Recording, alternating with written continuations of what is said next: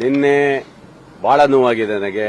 ನಿಜವಾಗ್ಲೂ ಮಂತ್ರಿ ಸ್ಥಾನ ಸಿಗುತ್ತಂತ ನಿರೀಕ್ಷೆಯಲ್ಲಿದ್ದಂಥವರಿಗೆ ಬಹಳ ನೋವಾಗಿ ನನ್ನ ಕಾರ್ಯಕರ್ತರು ಎಲ್ಲ ಹತ್ಕೊಂಡು ಊರಿಗೆ ಹೋಗಿದ್ದಾರೆ.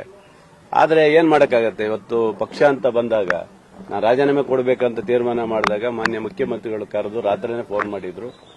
ಯಾವುದೇ ನಿರ್ಧಾರ ತೆಗೆದುಕೊಳ್ಳಕ್ಕೆ ಹೋಗಬೇಡ, ನನ್ನ ಹತ್ರ ಬನ್ನಿ ಅಂತ ಹೇಳಿದ್ರು. ಬೆಳಿಗ್ಗೆ ಕರೆಸಿದ್ರು, ಮಾತಾಡಿದ್ದೀವಿ.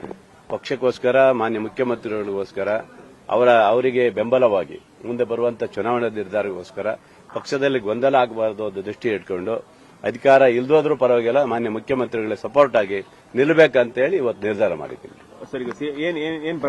ಭರವಸೆ ಯಾವುದು ನಾನು ಕೇಳಲಿಲ್ಲ ನನಗೆ, ಯಾಕಂದ್ರೆ ಆಗೋಗಿದೆ, ಎಲ್ಲ ಮುಗಿದೋಗಿದೆ. ಮಂತ್ರಿ ಸ್ಥಾನದ ಎಲ್ಲ ಇದು ಮುಗಿದೋಗಿದೆ. ಇನ್ಯಾವುದು ಭರವಸೆ ಕೊಡುವಂತದ್ದು ಏನಿಲ್ಲ. ನನಗೆ ಹಿಂದೆ ಟಿಕೆಟ್ ಕೊಟ್ಟವರು ಸಹ ನಮ್ಮ ಡಿ ಕೆ ಶಿವಕುಮಾರ್ ಸಾಹೇಬರು ಕೊಟ್ಟಿದ್ರು. ನನಗೆ ಯಾವುದೇ ಇದಿಲ್ಲದೆ ಕೊಟ್ಟಿದ್ರು.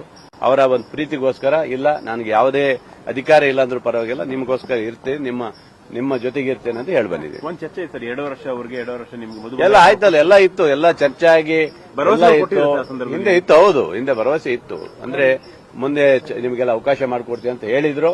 ಅವೆಲ್ಲ ನಿರಾಸೆ ಆಗಿದೆ. ಬಿಡಿ, ಏನು ಮಾಡ್ಲಿಕ್ಕೆ ಆಗೋದಿಲ್ಲ.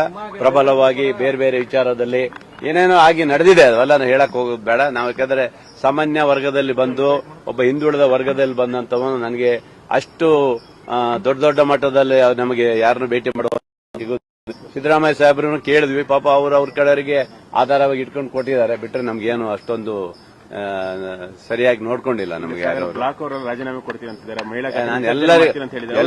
ನಾನು ಎಲ್ಲರಿಗೂ ಹೇಳ್ತಾ ಇದ್ದೀನಿ, ದಯವಿಟ್ಟು ಬಹಳ ಜನ ಬೆಳಗ್ಗೆಯಿಂದ ಹತ್ಕೊಂಡು ಫೋನ್ ಮಾಡಿದ್ದಾರೆ. ಎಲ್ಲರಿಗೂ ಹೇಳ್ತಾ ಇದ್ದೇನೆ, ಯಾರು ರಾಜೀನಾಮೆ ಕೊಡಬೇಡಿ. ಮಾನ್ಯ ಮುಖ್ಯಮಂತ್ರಿಗಳಿಗೋಸ್ಕರ, ಕಾಂಗ್ರೆಸ್ ಪಕ್ಷಕ್ಕೋಸ್ಕರ. ಯಾಕಂದ್ರೆ ನಾವು 3 ವರ್ಷದಲ್ಲಿ ಯಾವುದೇ ಕಾಂಟ್ರವರ್ಸಿ ಮಾಡಲಿಲ್ಲ, ಯಾವುದೇ ಭಿನ್ನಮತ ಮಾಡಲಿಲ್ಲ, ಯಾವುದೇ ಒಂದು ಸಣ್ಣ ಚಟುವಟಿಕೆಯನ್ನು ನಾವು ಮಾಡಲಿಲ್ಲ. ಅದಕ್ಕೋಸ್ಕರ ಪಕ್ಷಕ್ಕಾಗಿ, ಪಕ್ಷ ನಿಷ್ಠೆಗೋಸ್ಕರ, ಮಾನ್ಯ ಮುಖ್ಯಮಂತ್ರಿಗಳು ಏನು ಹೇಳಿದ್ದಾರೆ ಅವರಿಗೋಸ್ಕರ ನಾನು ನಿಷ್ಠೆಯಿಂದ ಪಕ್ಷದಲ್ಲಿ ಇರ್ತೇನೆ. ಇಲ್ಲ, ಬಹಳ ಜನ ನೋವಾಗಿದೆ, ಸಹಜ. ಬಹಳ ಜನ ಯಾಕಂದ್ರೆ 4-5 ಟೈಮ್ ಗೆದ್ದಂತವ್ರು ಬಹಳ ಜನ ಇವತ್ತು ನಿರಾಸರಾಗಿದ್ದಾರೆ, ಇಲ್ಲ ಅಂತಿಲ್ಲ. ಏನ್ ಮಾಡ್ತಾರೆ, ಪ್ರಬಲವಾಗಿರುವಂತವರಿಗೆ ಅವಕಾಶಗಳು ಸಿಗುತ್ತೆ. ಅದರಿಂದ ನೋವಾಗಿದೆ. ಅದರಿಂದ ನಾನು ಮಾತ್ರ ಮಾನ್ಯ ಮುಖ್ಯಮಂತ್ರಿಗಳಿಗೋಸ್ಕರ ಪಕ್ಷಕ್ಕಾಗಿ ನಿಷ್ಠೆಯಿಂದ ಇವತ್ತು ಇರ್ತೇನೆ. ಸಾಮಾಜಿಕ ನ್ಯಾಯ ಎಲ್ಲಿಗೆ ಬಂತು ಸರ್ ಅವಾಗ, ಅಲ್ವಾ? ಏನ್ ಮಾಡಕ್ಕಾಗತ್ತೆ ಸರ್, ಎಲ್ಲ ನ್ಯಾಯಗಳೆಲ್ಲ ಬುಡ ಮೇಲಾಗಿ ಹೋಗಿದೆ ಈಗ. ಹಾಗಾಗಿ ನಮ್ಮ ನಿಷ್ಠೆ ಇವತ್ತು ಮಾನ್ಯ ಮುಖ್ಯಮಂತ್ರಿಗಳಿಗೋಸ್ಕರ ಅಷ್ಟೇ. ಎಲ್ಲ ಗೊತ್ತಿತ್ತು, ಪಾಪ ಲಾಸ್ಟ್ ಹಂತದಲ್ಲಿ ಏನೋ ಮಿಸ್ ಆಗಿದೆ. ಇರ್ಲಿ, ನಾ ಯಾವ ಹೈಕಮಾಂಡ್ ಮೇಲೂ ದೂರ ಮಾಡೋದಿಲ್ಲ, ಯಾರ ವ್ಯಕ್ತಿ ಮೇಲೂ ದೂರ ಮಾಡೋದಿಲ್ಲ. ನಾನು ನೋವಾಗಿತ್ತು, ರಾಜೀನಾಮೆ ಕೊಡಬೇಕಂತ ಇತ್ತು. ಮಾನ್ಯ ಮುಖ್ಯಮಂತ್ರಿಗಳಿಗೋಸ್ಕರ ಇವತ್ತೆಲ್ಲವನ್ನು ಬಿಟ್ಟು ಪಕ್ಷಕ್ಕಾಗಿ, ನಮ್ಮ ಮುಖ್ಯಮಂತ್ರಿಗಳಿಗೋಸ್ಕರ ನಿಷ್ಠೆಯಿಂದ ಕಾರ್ಯಕರ್ತನ ಕೆಲಸ ಮಾಡಿ. ಕ್ಷೇತ್ರದಲ್ಲಿ ಜೋರಾಗಿ ಮಳೆ ಆಗ್ತಿದೆ, ಗುಡ್ಡ ಕುಸಿತ ಕೂಡ ನಿಮ್ಮ ಕ್ಷೇತ್ರದಲ್ಲಿ ಆಗಿದೆ? ನನ್ನ ಕ್ಷೇತ್ರದ ತೀರ್ಥಹಳ್ಳಿಯಲ್ಲಿ ಆಗಿದೆ, ನನ್ನ ಕ್ಷೇತ್ರದಲ್ಲಿ ಆಗಿಲ್ಲ. ಮಳೆ ಚೆನ್ನಾಗಿದೆ, ಏನು ಸಮಸ್ಯೆ ಇಲ್ಲ.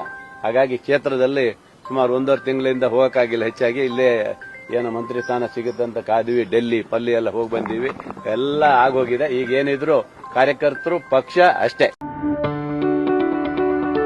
ಯಾವುದೇ ಸುದ್ದಿಯ ಅಪ್ಡೇಟ್ ಅನ್ನ ಮಿಸ್ ಮಾಡ್ಕೊಳ್ಬಾರ್ದು ಅಂದ್ರೆ ಈಗ್ಲೇ ಒನ್ ಇಂಡಿಯಾವನ್ನ ಸಬ್ಸ್ಕ್ರೈಬ್ ಮಾಡಿ. ನಿಮಗೆ ಬೇಕಾದ ಭಾಷೆಯಲ್ಲಿ ಎಲ್ಲಾ ಸುದ್ದಿ ತಿಳಿಬೇಕು ಅಂದ್ರೆ ಒನ್ ಇಂಡಿಯಾ ಆಪ್ ಅನ್ನ ಡೌನ್ಲೋಡ್ ಮಾಡ್ಕೊಳ್ಳಿ.